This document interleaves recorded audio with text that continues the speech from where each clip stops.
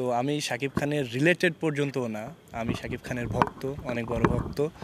আর এই জন্য আমি জানি না, হয়তো লুকটা কিছুটা হলেও তার সাথে আমার মিল আছে, এই জন্য সবাই বলে, কিন্তু আমি এইটা খুঁজে পাই না।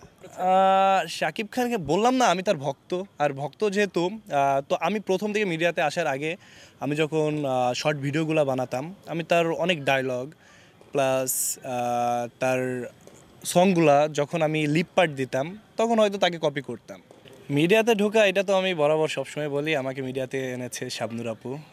উনি আমাকে ওই শর্ট ভিডিওতে দেখছে, দেখার পর সেই আমাকে মিডিয়াতে বলছে তোমার সব কিছুতেই তোমার গুণ আছে, তুমি মিডিয়াতে আছো। তো মিডিয়াতে আসার কথা বলে আমি একটা মুভি দিয়েই শুরু করছিলাম, যেটা হলো শন রহমান সোহানের স্বপ্নের রাজকুমার। কারণ আমার মনে হয় না সে কোনো টাইমে পড়ে যাবে, এমন কিছু বলছেন আর কি। তো আমার মনে হয় সে আরও থাকবে, আরও অনেক দিন তিনি টিকে থাকবে। অবশ্যই বয়সটাও একটু ম্যাটার করে, অবশ্যই পূজাচেরি না। এখন আমি কারণ সে আমার পরিচিত আর আমরা একই এলাকার খুলনার, আমি মনে করি তার সাথে আমার বন্ডিংটাও ভালো হবে। আমি খেলছি না, আমি নাদিয়াপুর সাথে আসছি। তো যেটা হলো নাইট রাইডার্স, সেই সেই টিমের পক্ষ থেকেই আসছি। তো আমার ইচ্ছা ছিল খেলার, কিন্তু কাজের ব্যস্ততার কারণে আর খেলা হয়নি, প্র্যাকটিসেই আসতে পারিনি। তো আসলাম দেখতে। তো আমার ইচ্ছা ছিল খেলতে আসার, তো প্র্যাকটিস হয়নি কাজের ব্যস্ততার কারণে, সেই জন্য আমার খেলাও হচ্ছে না।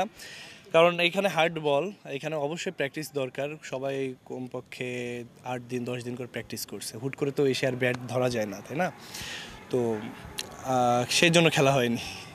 এইটা বড়রা ভুল করে না, কিন্তু ছোট বাচ্চারা ভুল করে, অনেকে এইভাবে ডাক দিয়েছে। হ্যাঁ হ্যাঁ হ্যাঁ হ্যাঁ। কেমন ফিল হবে? মানে আমি তখন তেমন একটা ভালো ফিল করি না, কারণ আমি চাই যে মানুষ আমাকে চিনুক, অন্যজনের জন্য আমাকে না চিনুক। আমি শাকিব খানের ফ্যান, তার ভক্ত, তারপরও আমি তার পরিচয়ে কেন আমি চলবো?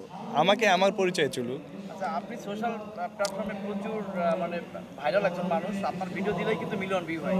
তো এই সোহানুর রহমান সোহানের সাথে কাজ করার পরে কোনো সিনেমাতে আপনি ডাক পেয়েছেন কিনা? হ্যাঁ, আমি যখন আমার মহরতটা হয় মুভির, অনেক বড় করে একটা মহরত হয়েছিল। মহরতের পর আমাকে অনেক পরিচালক, প্রযোজক সবাই আমাকে নক করেছিল। তো আমি যেহেতু সাইনিং করে ফেলেছিলাম, তো ওই সিনেমা শেষ না করা পর্যন্ত অন্য সিনেমা আমি ধরতে পারিনি। এই মুহূর্তে যদি কেউ আপনাকে বলে যে সিনেমা করার জন্য, এই মুহূর্তে করবেন? অবশ্যই, কারণ আমি নাটকে একটা ভালো একটা জায়গা তৈরি করতে চাচ্ছি। এখন যদি কেউ সিনেমার কথা বলে অবশ্যই করবো, কিন্তু ভালো গল্প, ভালো মেকিং আমার এটা দরকার।